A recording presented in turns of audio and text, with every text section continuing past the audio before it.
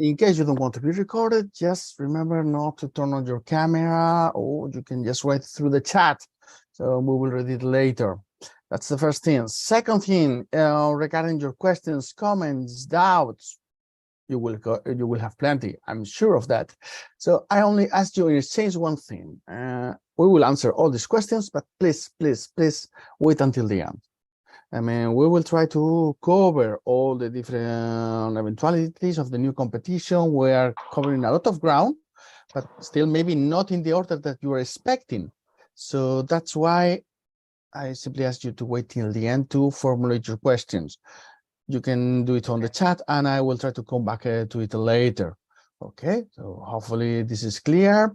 And yes, before you ask about it, sorry, I'm keep muting you. Before you ask, the PowerPoint that we will use today will be available with the recording during the weekend. So you will get an email telling you when this is available. So don't worry, you don't need to rush just taking notes or screenshots or whatever. Everything will be uploaded and available for all of you. So hope all of you are ready and willing to go through this interesting journey that we got ahead of us. That is the new model competition, and especially or particularly for economists. And of course, I forgot to mention one thing. I forgot to introduce myself. That's a bad habit I got.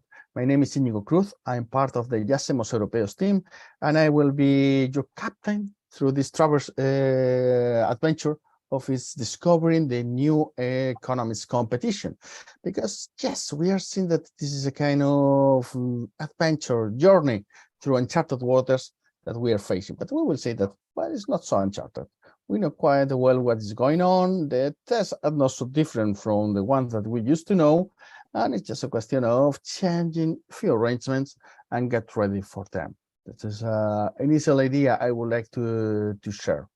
And just please, again, mute yourself when joining, please, as we want to have not much background noise, so you can hear me properly.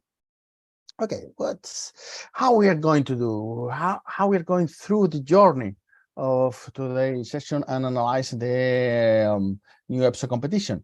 Well, through these 4 cardinal points. First of all, the new model and your first questions. Only the first one that comes to your mind, for sure. Second, the application, the language and motivation that that you have to introduce in your application to become a candidate, a formal candidate. Then third, the work experience, interesting part, I mean, and key part, because there is no talent, there is no other thing than your CV here. So it's important that you cover the work experience as they are expecting. It would be a pity that you pass all the tests and then you get eliminated just because you didn't fulfill the eligibility criteria. We don't want that. Some tips and tricks at the end. So plenty to cover today. And again, please, people, mute yourselves. Otherwise, I will have to mute you. Just, you know, because I don't know about you, but I hear all those noises. And I put a person who easily distracts with a noise. So yeah, that would be it. Okay, first of all, short recapitulation. One thing is that it's the new model, yes, but same mistakes as usual. I mean, don't fall in those mistakes. Don't commit those mistakes. Guys, this is always the same thing. We are human beings. We tend to step on the same stone several times. So let's not do it this time. First of all, please, if you fulfill the criteria, you have a good CV. You have whatever is needed to go into this competition. If you got the 3, 4, 5, 6 years required of experience and the academic degree, that's it. You think that there are too many candidates? Well, there are a lot of seats in this competition. In total, 970 places. So numbers, it won't be a problem. That is too complicated. Well, today's session is precisely aimed to avoid that feeling. It's not so complicated. It's easy. Procrastination, that's something that we cannot do for you. So don't leave it for tomorrow. Start today to fill in your application. Don't submit it today, but start today to do it and try to finalize it in the next couple of weeks. So that's about the new model and the same mistakes. But what about the spots. I just mentioned it, 970 places in three different, divided in three different fields, more or less equally, 300 for microeconomics and macroeconomics, 348 for financial economics, and 322 for industrial economics. Wow, not bad at all, right? We will see the reason for that on the next slides. So, but it's important to see this element that is in the notice. By the way, you will see that we have done a lot of captions on the notice, because this is the basic rules, the law of your competition. So, I mean, you don't need for us that we just copy paste the text and we put it in nice colors. It's better if we show you that it's in the notice. Everything is there. So just read it carefully.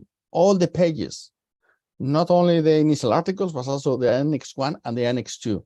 Those are the basic rules of the game, and you will need them in order to have a better overview and knowledge of the situation on what to do and what to expect on its moment of the competition. So this is important. It's important sentence, as it's marked there.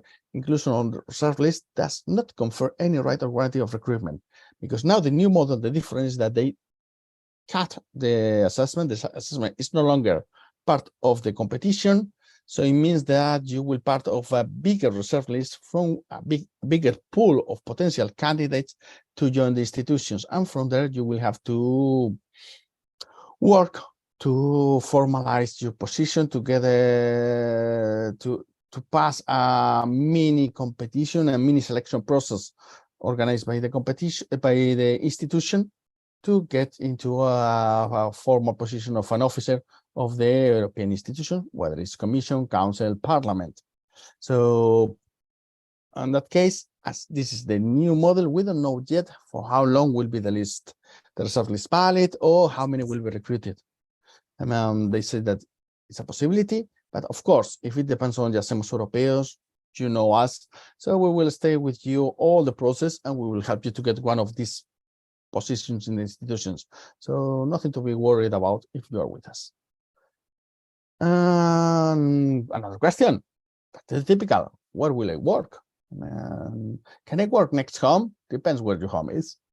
Most likely, this competition is aimed for Brussels, for the Commission mostly, but not only. Passing this competition will entitle you to work for the Council, for the External Action Service, for the Court of Auditors. Yes, it's a possibility. Yes, sure. I mean, that's feasible.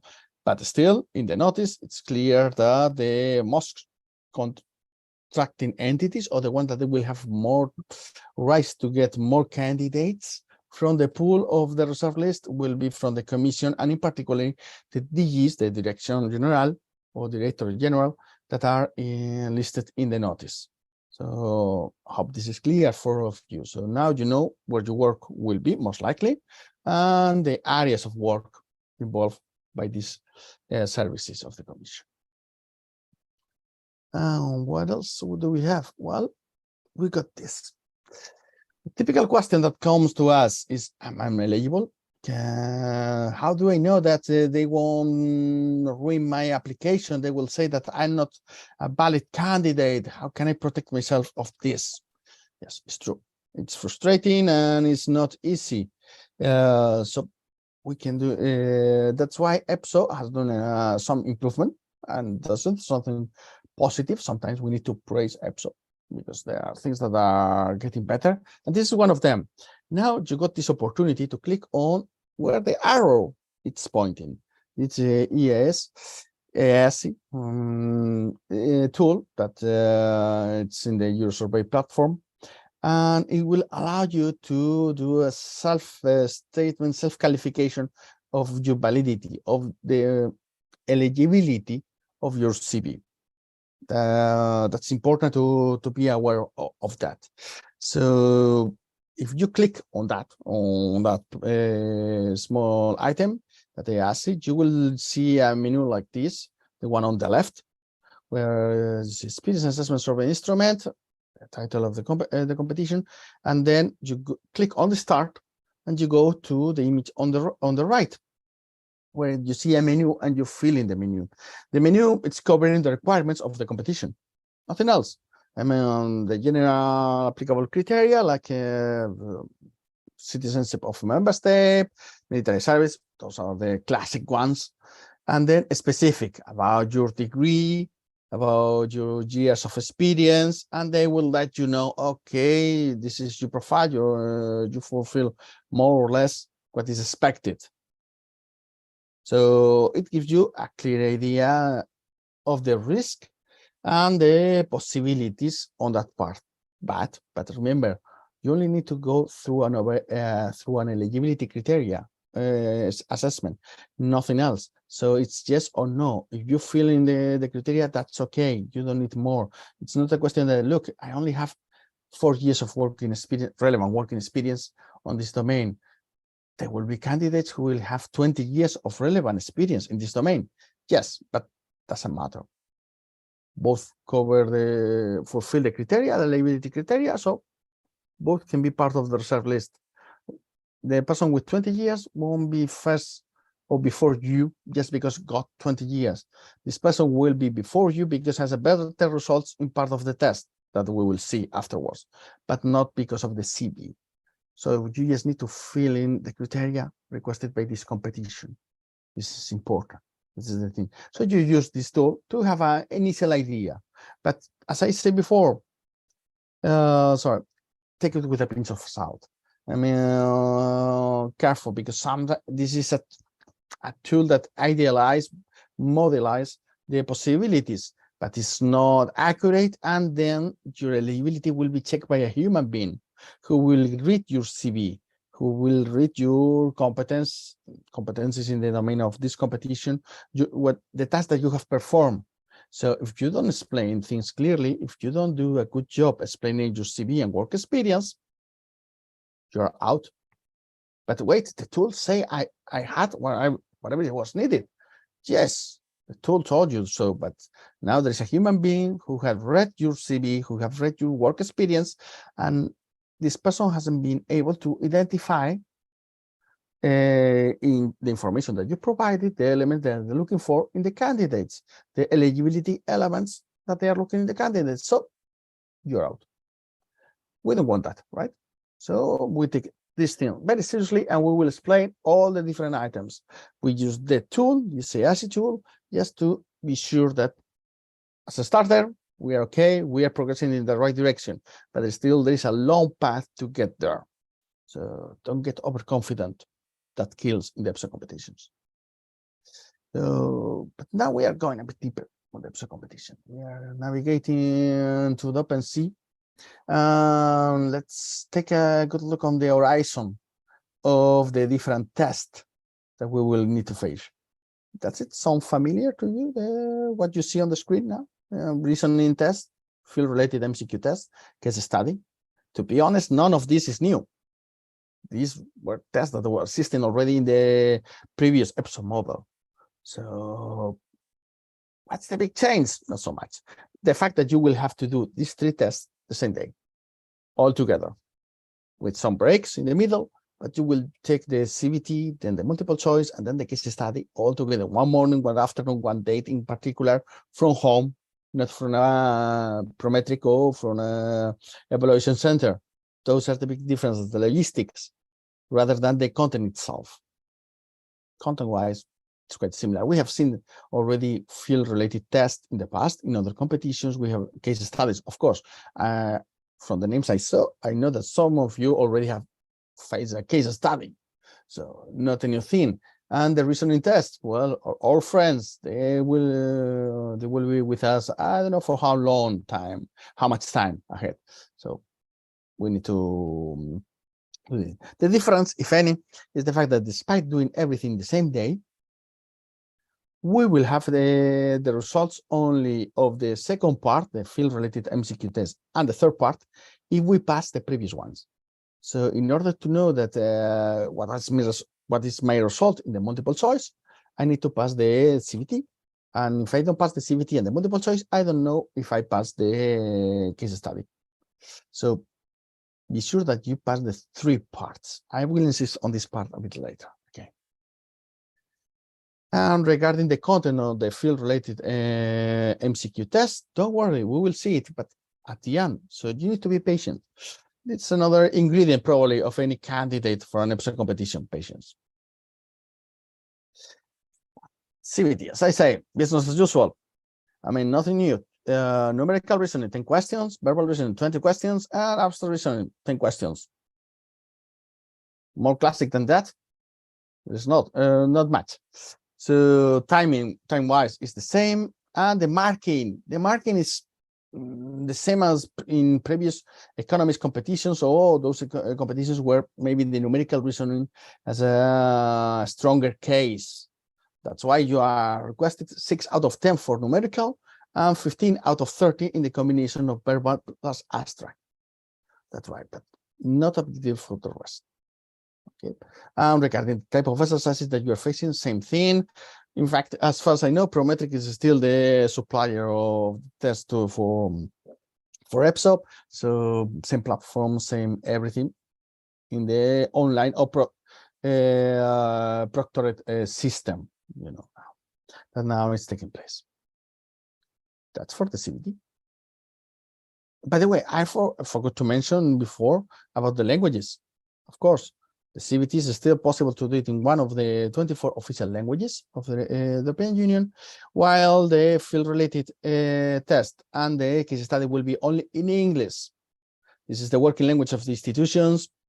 Sorry, people. I know that some people will prefer to do it in French or in German or in their native language.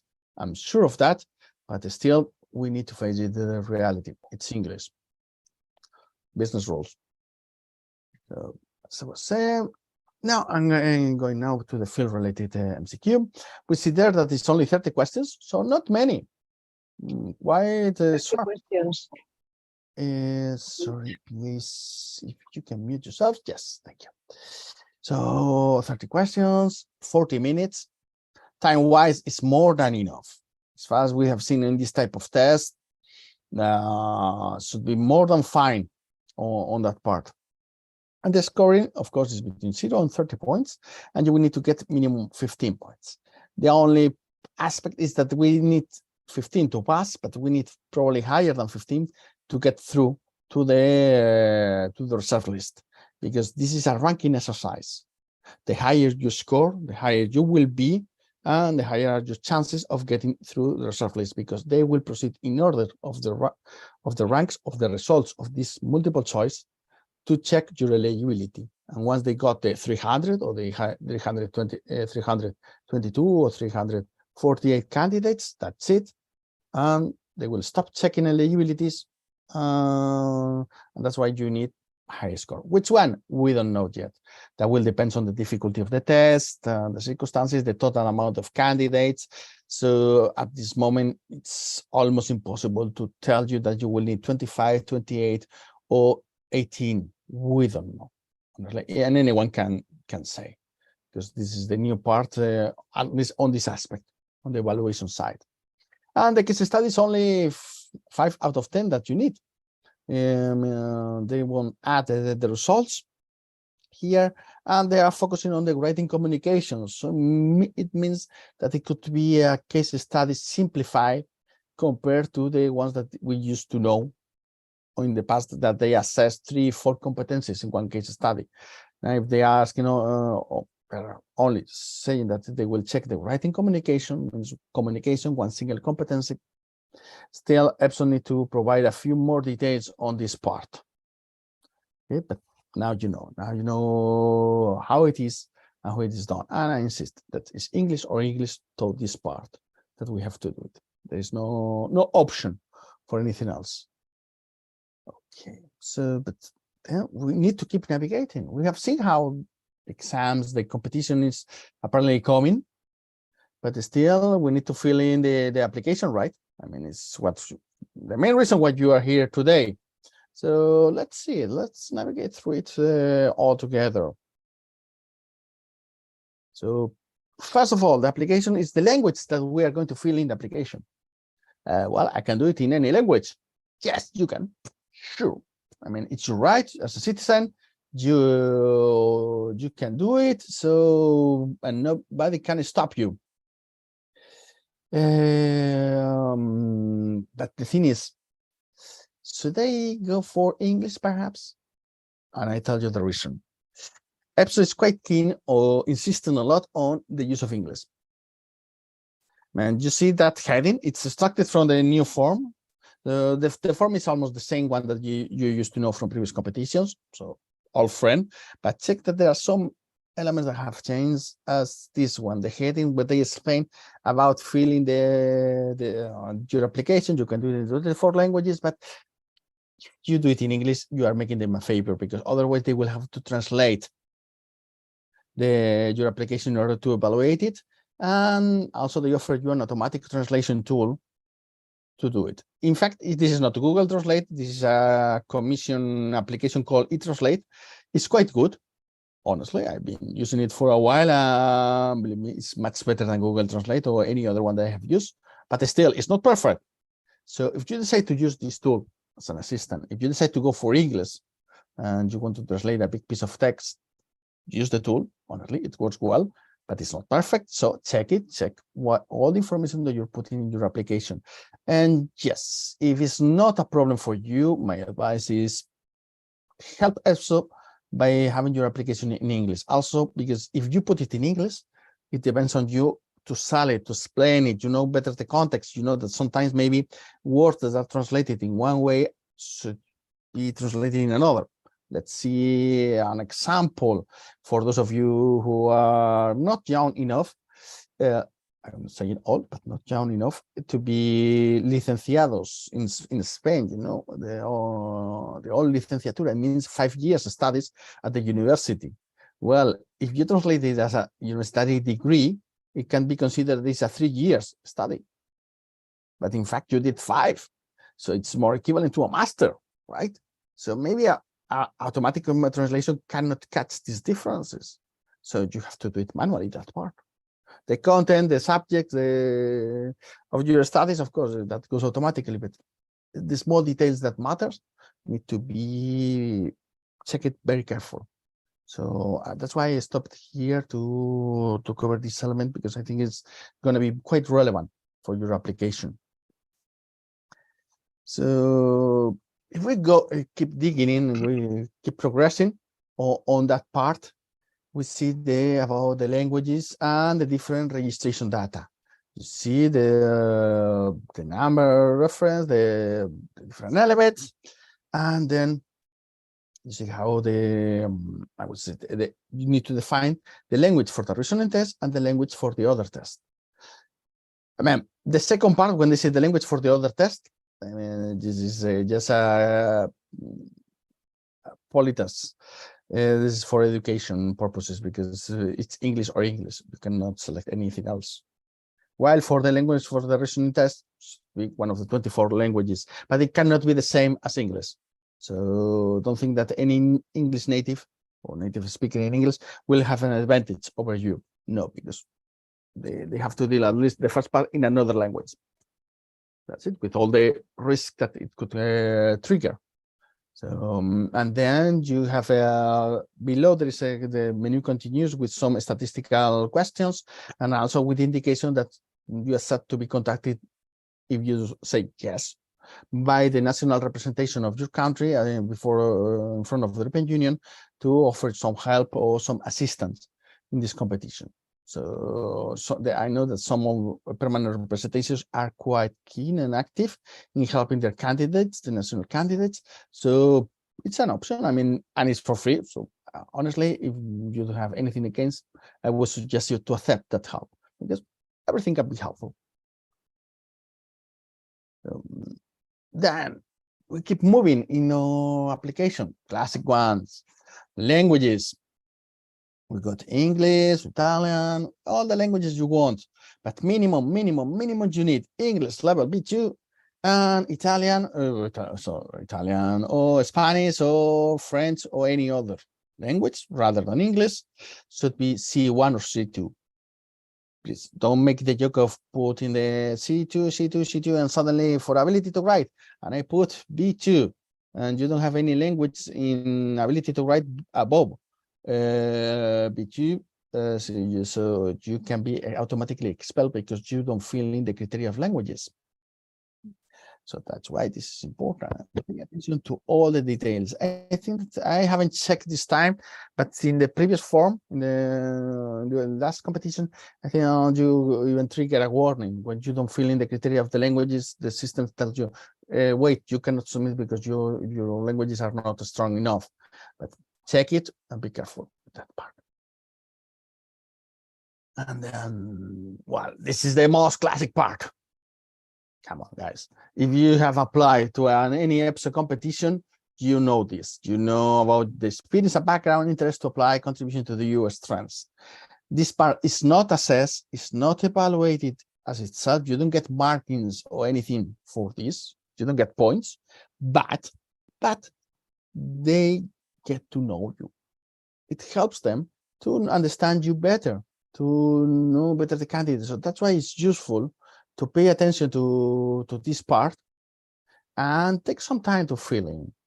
So it's not just copy pasted from other areas. It's not just putting some random words, but take your time to think about these elements.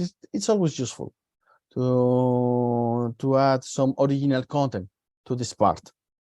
Okay, so also it helps you to self-assess.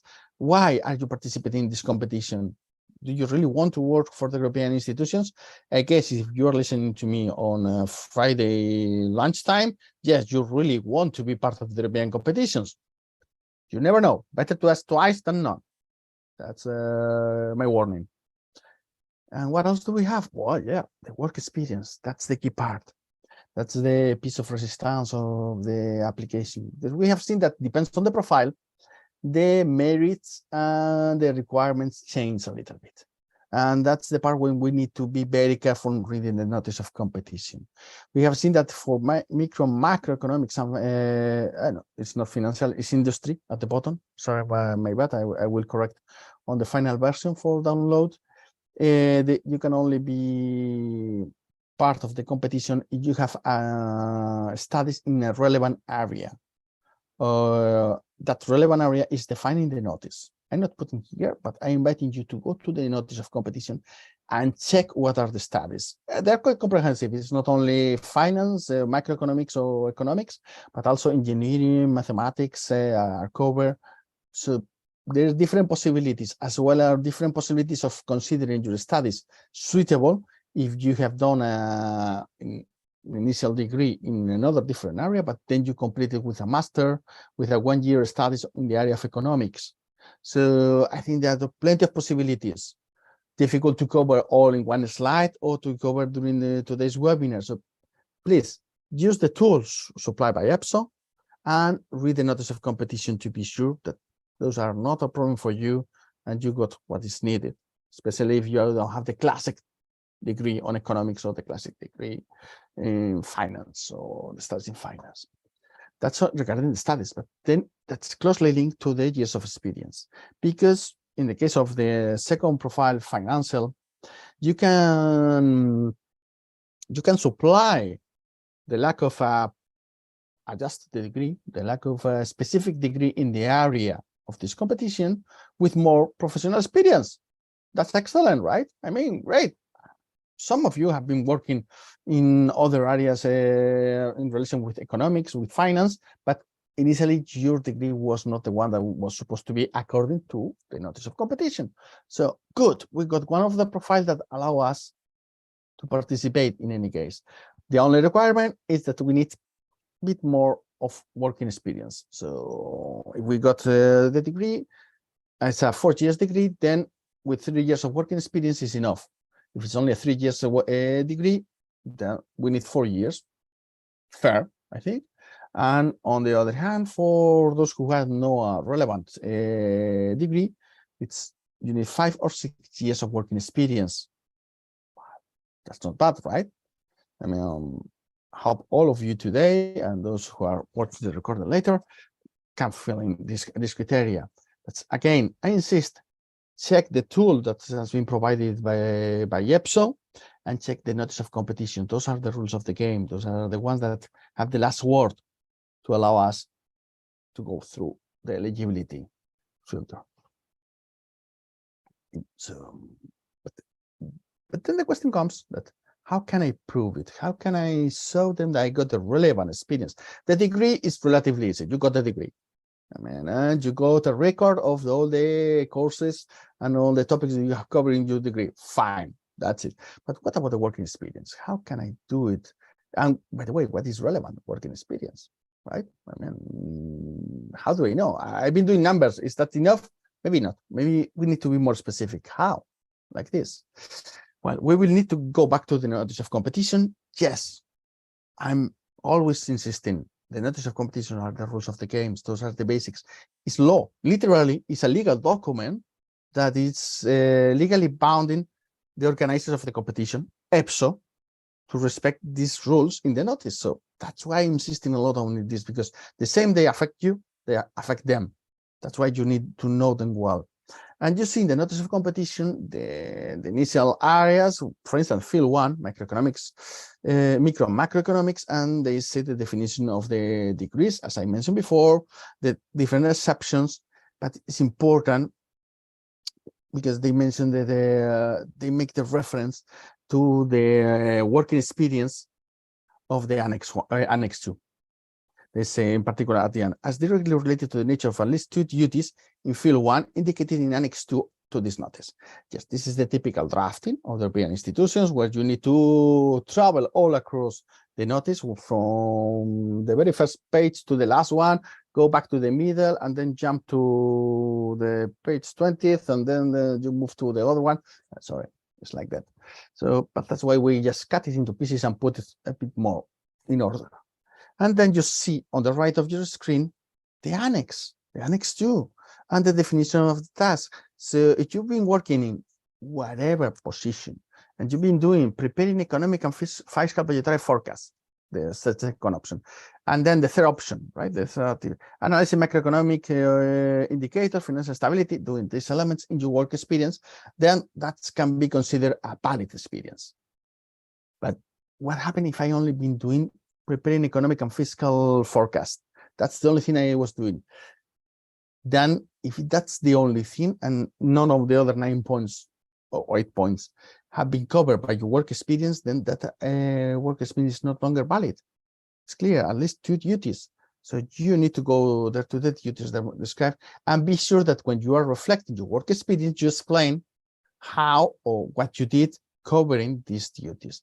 The more you can cover, the more points there, the better. Because remember, there's one thing that EPSO does to account experience. They say at least 2 duties. But what happened if you got 4? What happened if you got 8 covered?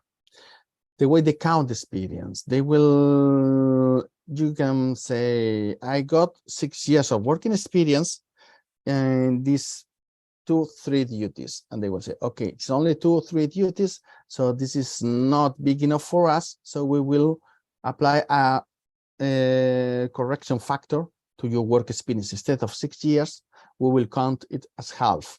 So in reality, you got 3 years of experience because you only covered 2 or 3 duties. On the contrary, a candidate who got 4 years working in 7-8 of these duties will have it full considered as 4 years of working experience. So remember that they apply a correction factor to your work experience depending on the amount of duties that you have covered while working in these areas. So that's why you need to explain, you need to show them that you have covered as many areas or duties as possible. The more, the better, always. But you will need to provide evidence afterwards.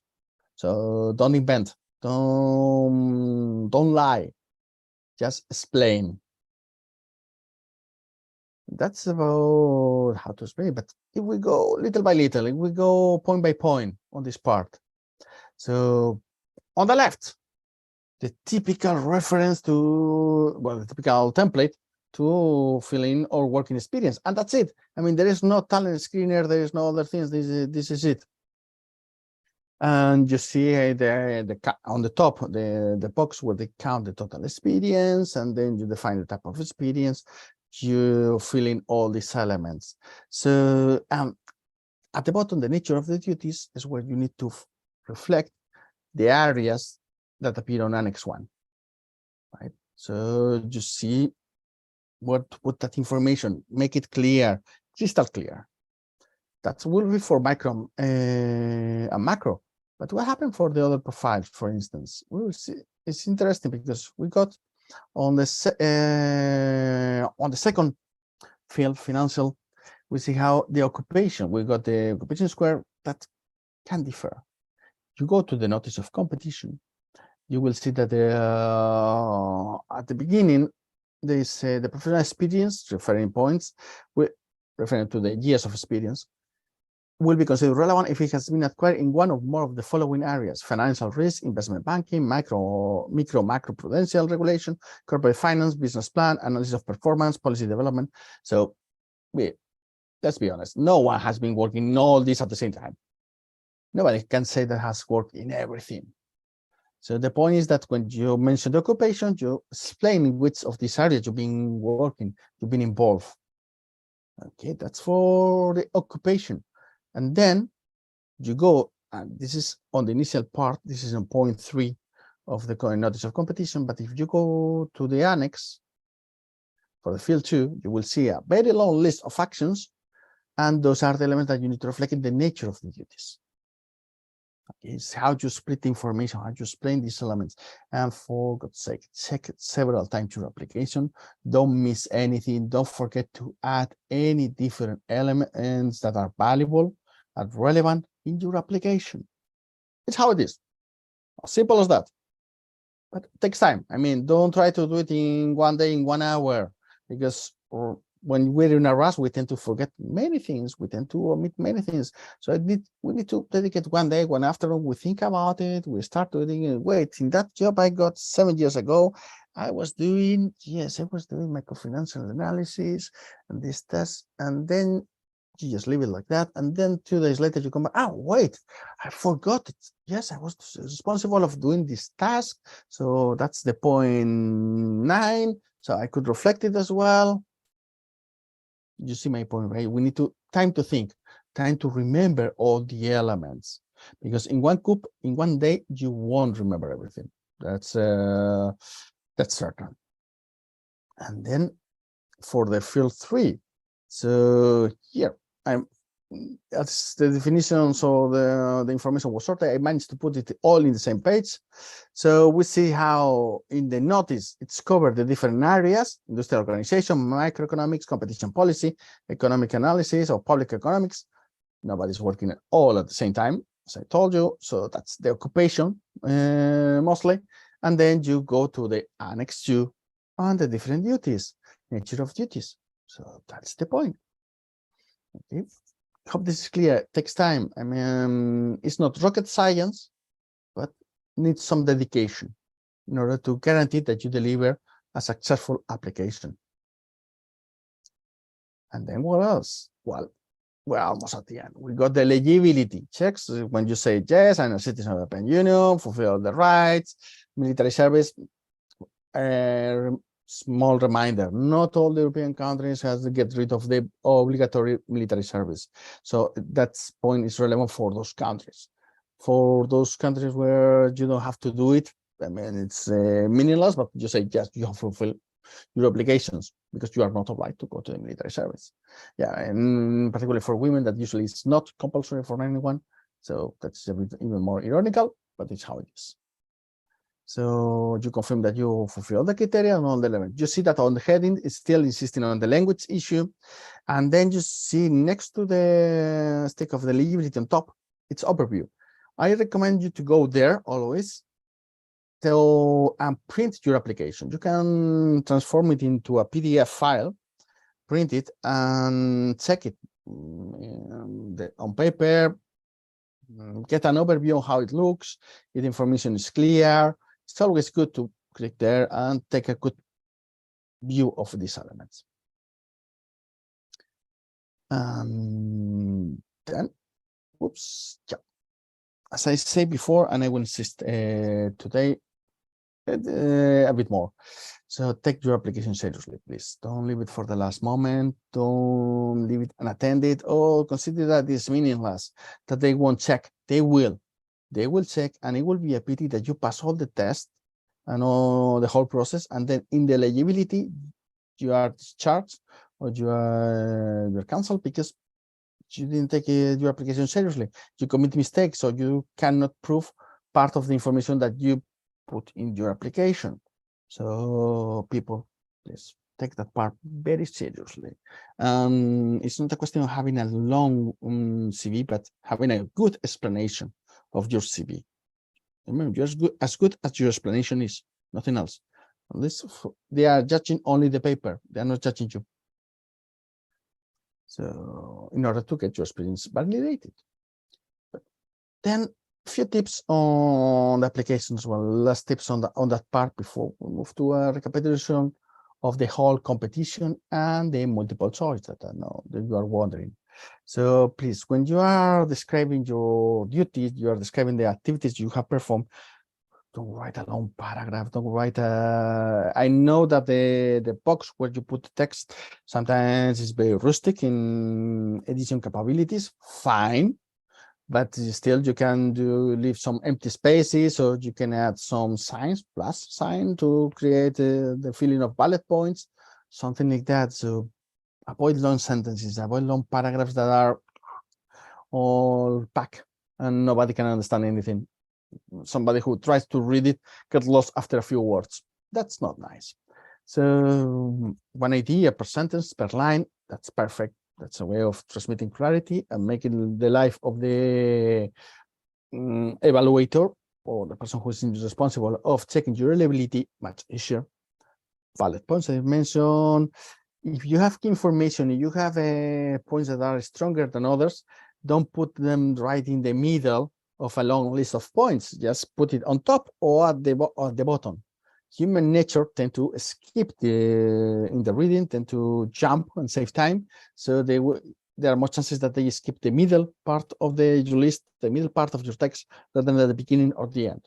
So be strategic even when you are listing the activities. And in case of doubt, in case of you don't know how to explain something, go to the notice and read the assignment, the duties, the tasks, the responsibilities. Read the wording that they're using, because those are the elements that they're looking for. Or if it's something very specific or something that is not there, go to the Commission web page and look for the wording that they use. Try to use always a language that is those who need to read your application are familiar with. So, and they're familiar with the Commission and European institutions vocabulary, and above all with the vocabulary of the notice of competition. So there you go, you got your syllabus to fill in your application. Hope this will be useful for you. But last overview on the competition, about the timeline. Yes, an indicative. Remember that in EPSO web page, sometimes they publish the timeline. They always say that it's indicative. So we do. We got until the 25th of July to submit your application. Afterwards, probably you will receive some instructions from EPSO. Most likely the exam will be in September. I mean, there's no chance that it will be in August, but could be that you need to book your date for the exam at the end of August. So be careful with this aspect, especially with one point that comes in Annex 1, point 2 in the Annex 1. They say that you need to check your account every 3 days, calendar days. Be very careful, because they could submit you information on a Friday night. You don't realize, and you check it next Wednesday, and maybe it's already too late. So follow that instruction. I mean, every 3 days, check your account. Be careful with that. This is a new model, so we don't know if they are planning to trigger very short warnings, if they are not giving you long weeks to do the booking, but just a few days for the booking, few days for taking the exam, something that still need to be seen. But that's why you, as explorers and adventurers of the new EPSO model, need to be ready to face it.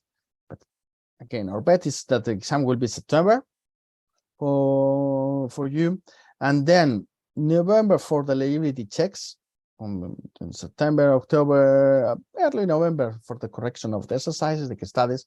The part of the CBT and the field-related test is automatic. It's a machine.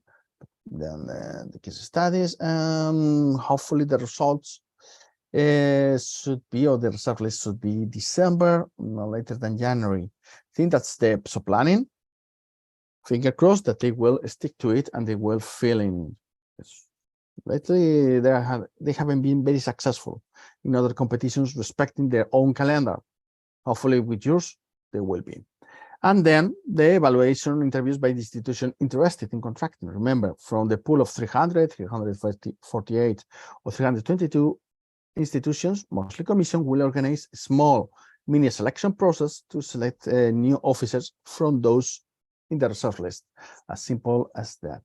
But be careful, check Annex 1, because it will be quite useful for all of you. As a way of recapitulation, let's verify the different steps of the competition and particularly the part of the exams and how they're going to be. So you see on the screen the 3 tests that you will face on the same day: CBT, MCQ, and case study. You will take the 3 of them the same day. So think about 3-4 hours, depending on the breaks and the logistics that you will need in order to complete the whole of them. That's clear. So then it goes that if you pass the CBT, if you get 6 out of 10 in numerical, 15 out of 30 in verbal and abstract, doesn't matter if you get 7 out of 10, 16 out of 30, everything above these 2 figures, 6 out of 10, 15 out of 30, that's great. I mean, you are in, you continue. If you get 5 out of 10, but 30 out of 30 in verbal and abstract, numerical fails, so you cannot continue. Don't forget that. So you need to pass both criteria, and then you will get the results of your MCQ. So only if you pass the CBT, you get the results of the MCQ. That's clear. I mean, although you have taken already, they won't give you the results. So there you can have between 15 and 30 points. You need minimum 15, but the closest to 30, the better, because that will give you the passport to access to the final step of the competition. Okay, this is important. The closest to 30, the better, because then from there, although you have taken the case study, there will be a limitation. They will only correct as many case studies as 1.5 times the number of positions, starting from the highest notes or highest marks from the MCQ. So those who got 30 are certain that will be corrected. Those who got 29, probably, and going down. That will depend on the amount of candidates present in the exam. As simple as that.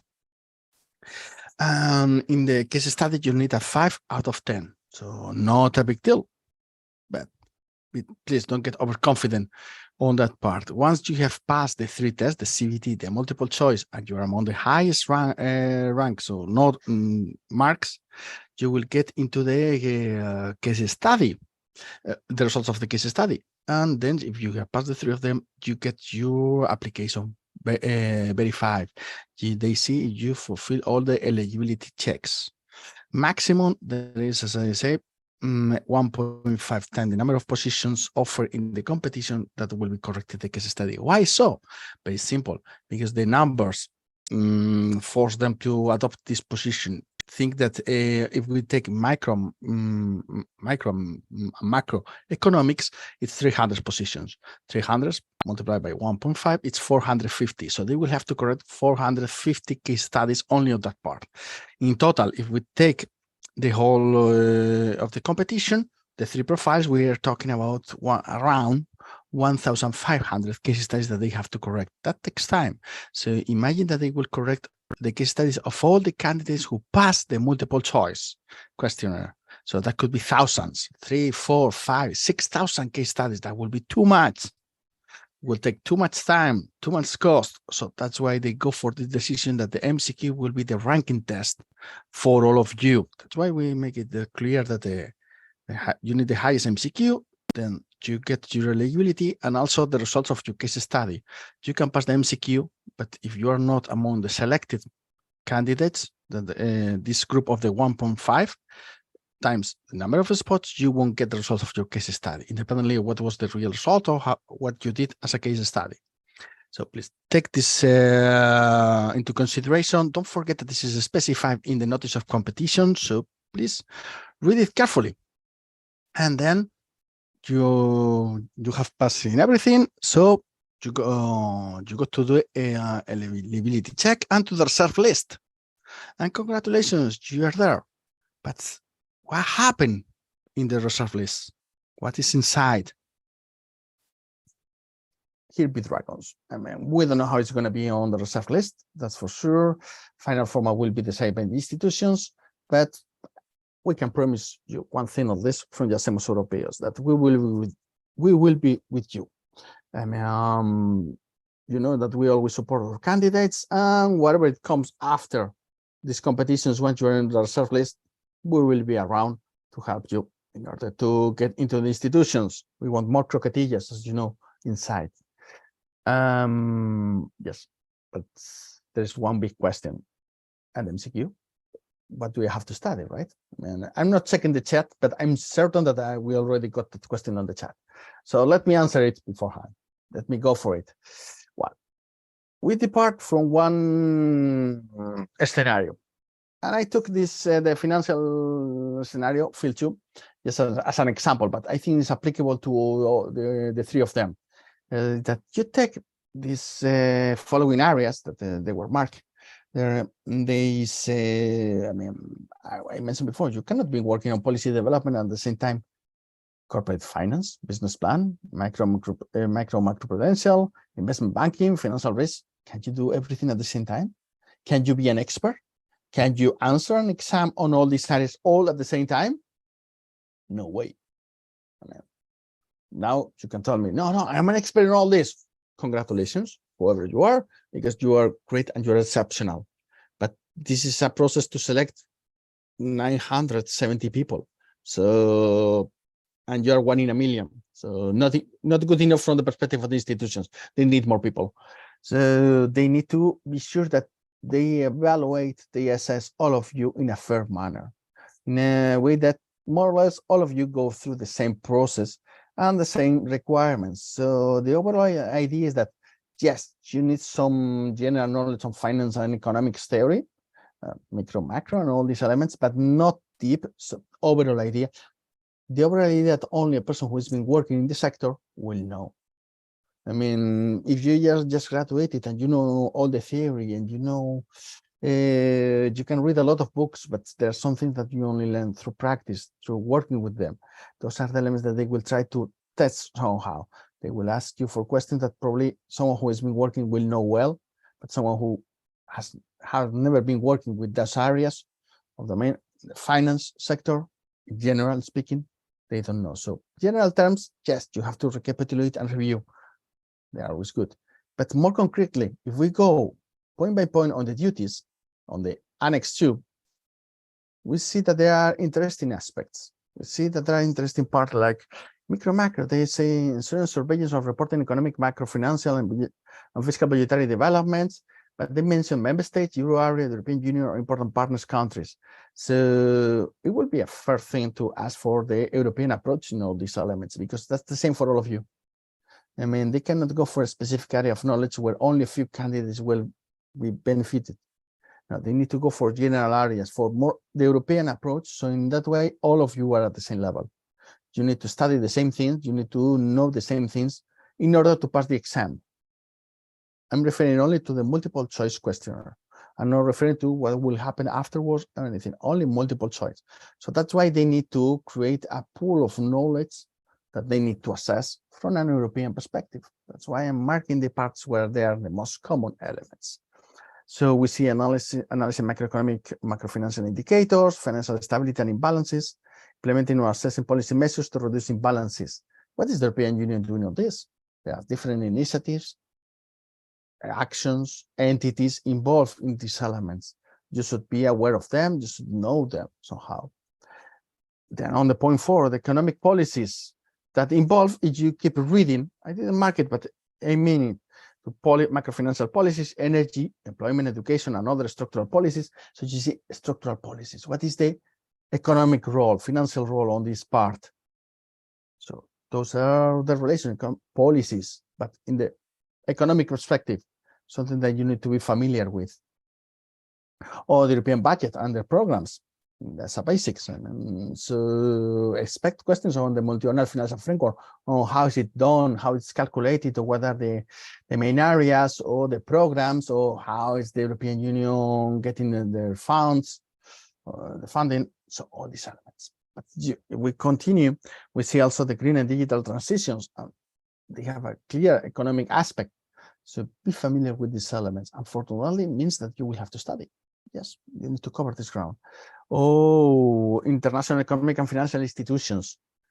Yes, so how the European Union is interdependent and is working with them. So you should be familiar with the activities, with the actions they do and they perform. That will be for the first one, but we will see that in fact, the three profiles, they share these elements. I don't think that there will be a specific test for each profile, rather than an overall test for experts in the area of economy for the European Union.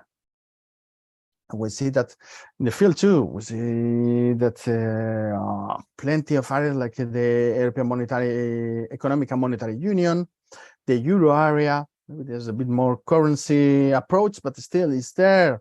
So implementing EU funding strategy, EU bonds, EU bills, next generation green bonds, financing elements. This is more detail, it's giving more insight, but the notions, the elements are in the same direction. They are pointing you in all the European elements that you need to be familiar with.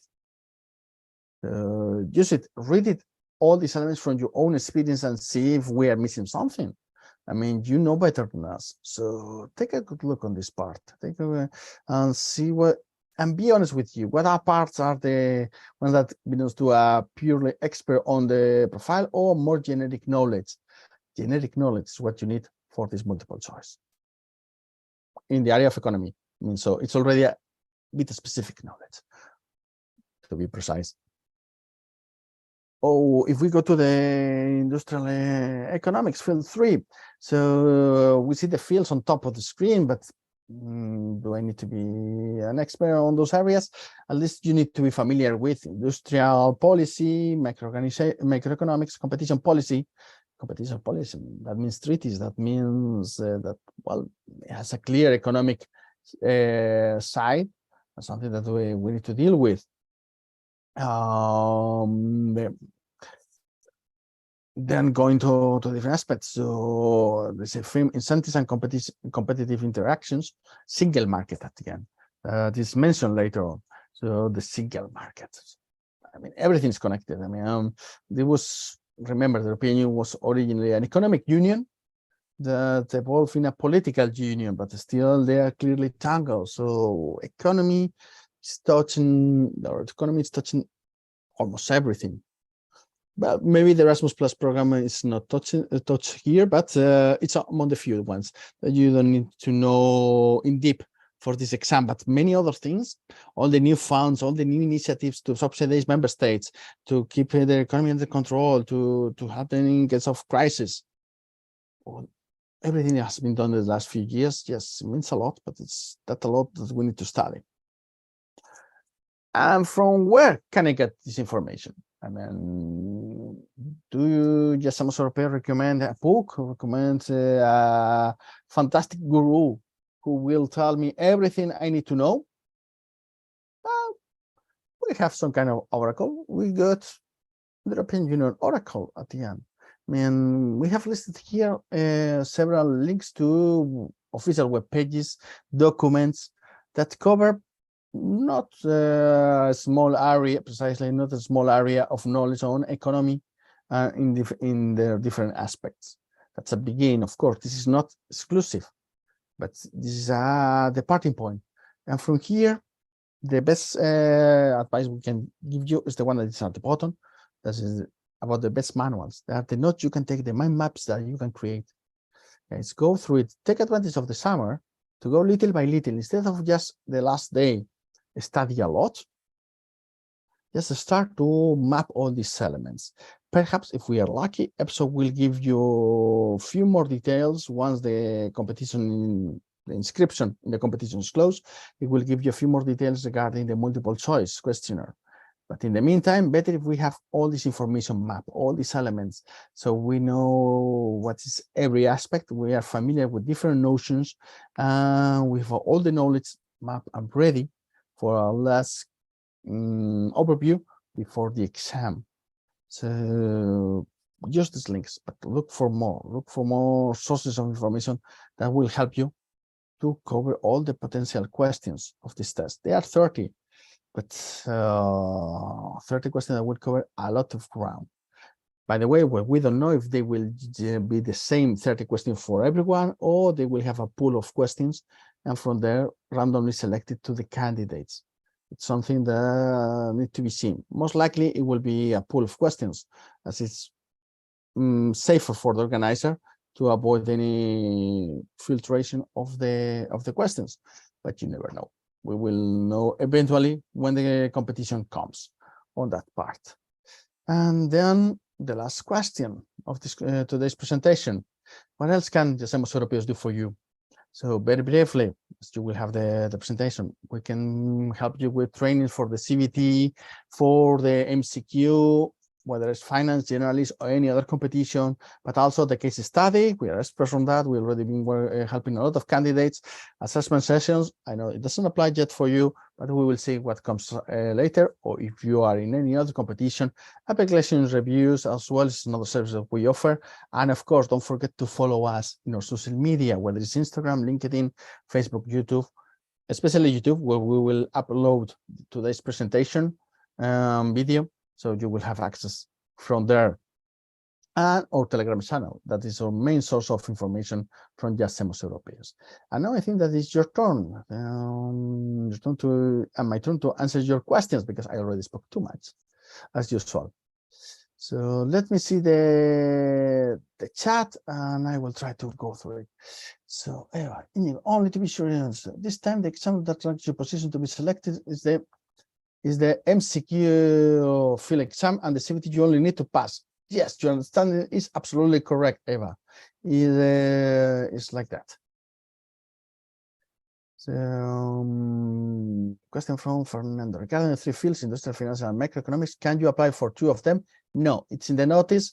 It's clear you can only apply to 1. In fact, there is one thing that if you try to apply to 2 from the same personal account in EPSO, you will get blocked. You cannot do it.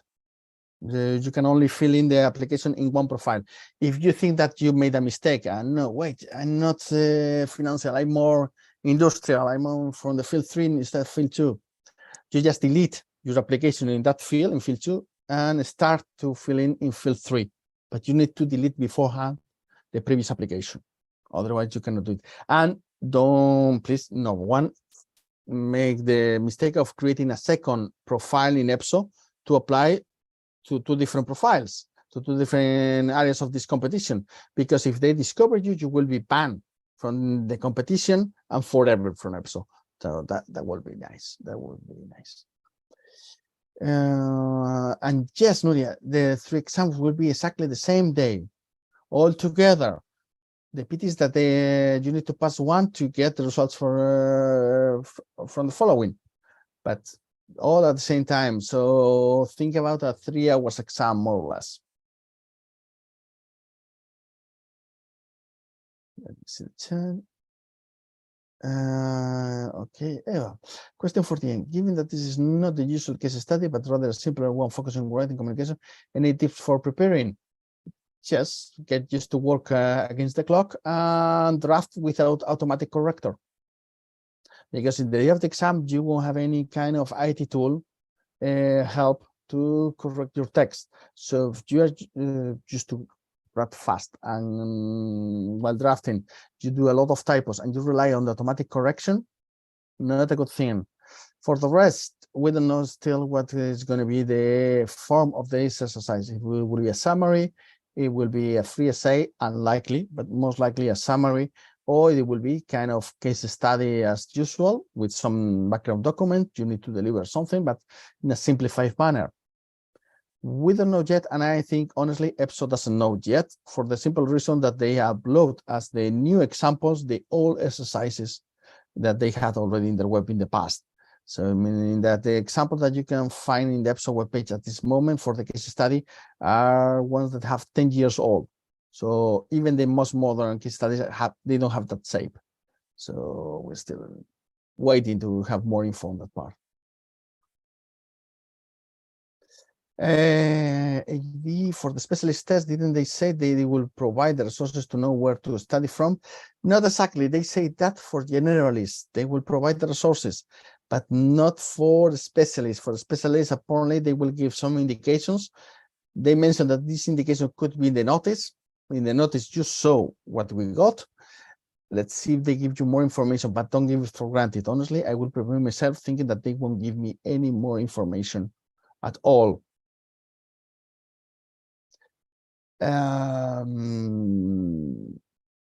Okay, Juan. Regarding your specialty in economics, but the official diploma doesn't mention the specialty. You can have probably you have a record of the courses that you have done, and somehow you can give some evidence that your specialty is economics or through that. So that should be a valid way of proving that yes, your specialty is the right one. So so be sure that you have all the information at hand, because sometimes they could be in a rush that you need to upload all the documents to justify your experience on that part. But I think engineering is possible. So in this, if I remember correctly, so fine for you. No problem.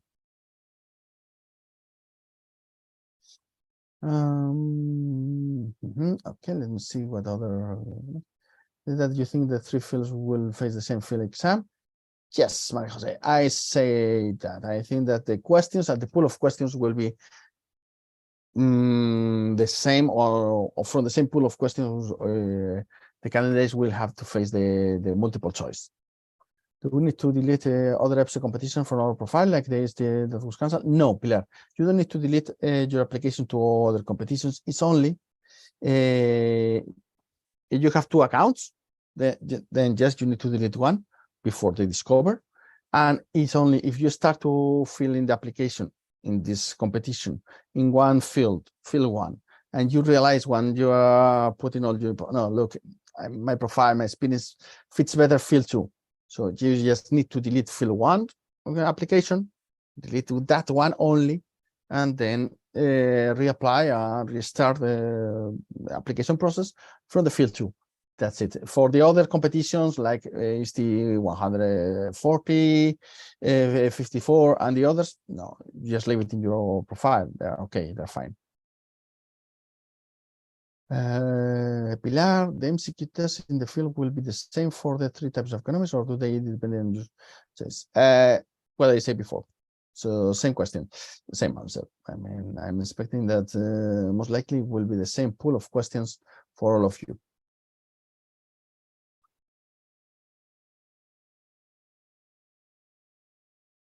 Okay, good. I don't know if you have any other questions or any other comments. Sorry, we are overextending a few more minutes, but I think it's always useful for all of you to answer your questions. And hopefully you manage to get more answers than new questions after today's presentation, and you are ready to face your application.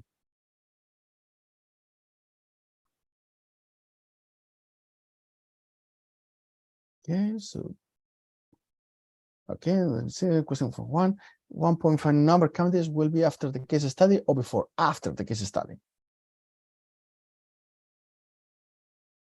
It's in the notice. I mean, the factor of 1.5, you meaning it's because of all the total number of candidates, they will select, if you take 300, 1.5 will be 450 candidates will be extracted from those who rank the highest in the multiple choice and pass the CBT and the case study, and they will be check the reliability criteria, the reliability of their application until they got the 300. So meaning that if everybody was filling correctly all the elements, after 300 sit, and those last 150 are out.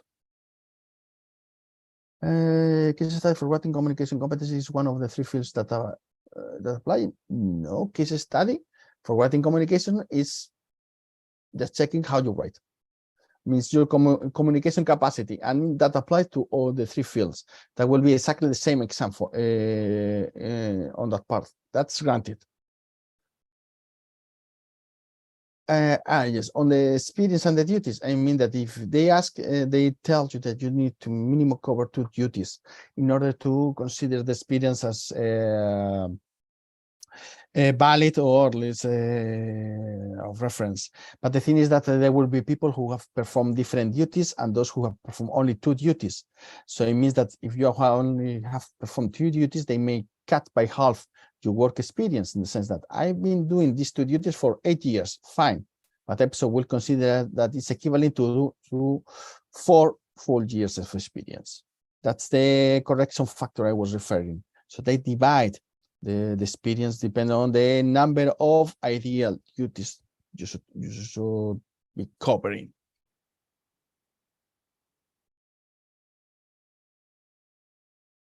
Juan, yes, the answer is yes to your question. In this case, 0.5 candidates will be deleted in the eligibility, and if all of them are eligible, just I mean, it goes by the order of the ranking of results.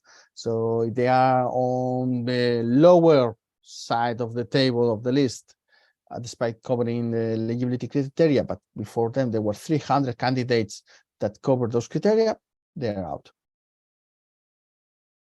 That's why I'm saying that the multiple choice is very important to have a good score. How much this will have to be covered in industrial economics? I think that in industrial economics they don't mention a minimum, but as many as you can, always. That's why it's very important that you explain your task, you explain the duties that you have performed in your work experience, because things that you consider self-evident, they are not for the assessors. So don't forget that. So in the section professional experience, should we indicate the percentage of time dedicated to each of the tasks? If it's yes, each one is evaluated over 100, the sum of all must be 100 most. They are not percentage this time. That part is not in the form, so I wouldn't put it unless in the instructions you are indicated otherwise. Check the instructions, check the notice, but I wouldn't introduce percentage unless I'm being told to do so.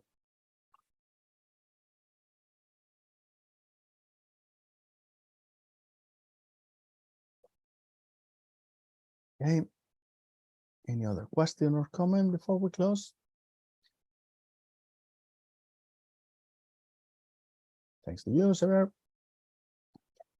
So people, this is for today. Stay tuned. We'll upload the video during the weekend to our YouTube channel, and we will put a link also to download the presentation. Okay. See you then. Bye-bye.